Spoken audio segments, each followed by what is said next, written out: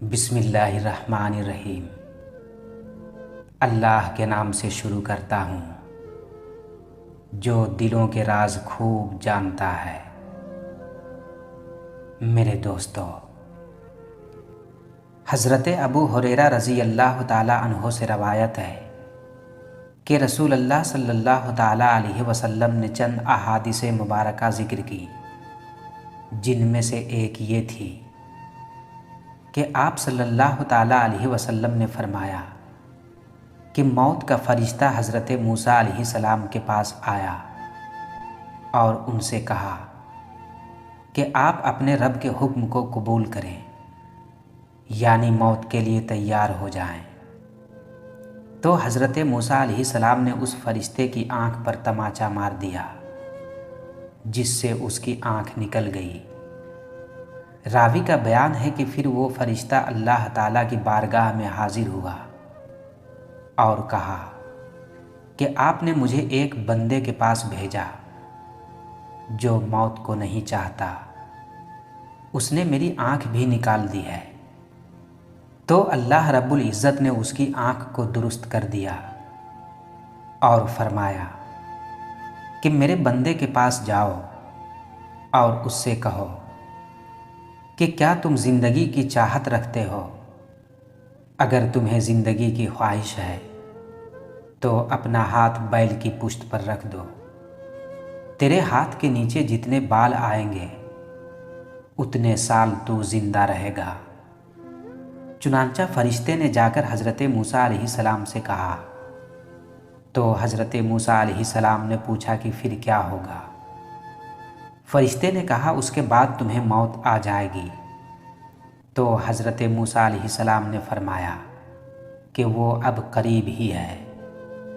پھر حضرت موسیٰ علیہ السلام نے دعا کی کہ پروردگار، مجھے مقدس سرزمین میں ایک پتھر کے پھینکنے کے فاصلہ پر موت دینا۔ اس کے بعد رسول اللہ صلی اللہ تعالیٰ علیہ وسلم نے فرمایا کہ خدا کی قسم اگر میں وہاں ہوتا تو تمہیں ان کی قبر دکھاتا، جو کہ سرخ ٹیلے کے پاس راستہ پر واقع ہے۔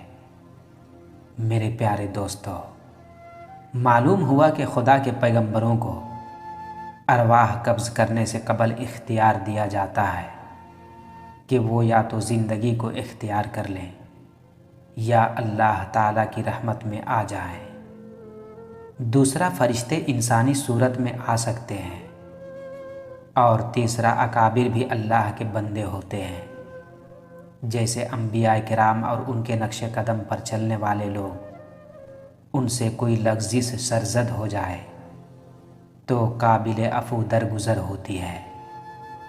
چوتھا، اگر کوئی شخص کسی کے گھر میں بلا اجازت داخل ہو جائے اور گھر کا مالک اس کو نقصان پہنچائے تو اس پر کوئی قصاص نہیں ہوگا۔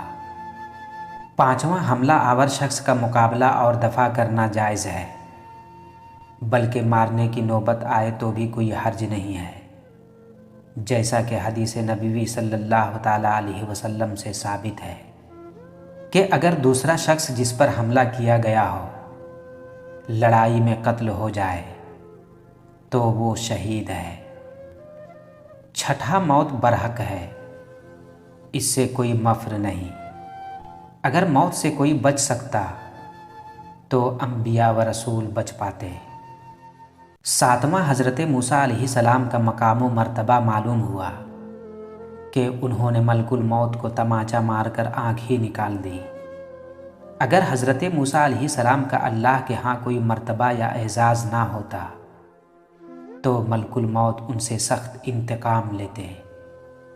آٹھواں، معلوم ہوا کہ اللہ تعالیٰ اپنے مومن اور متقی بندوں پر اپنا فضل و احسان فرما کر ان کا اکرام کیا کرتے ہیں۔ میرے پیارے دوستو، حضرت سیدنا موسیٰ علیہ السلام کی قبر مبارک ایک پتھر کے پھینکنے کے فاصلہ پر بیت المقدس کے قریب ہے۔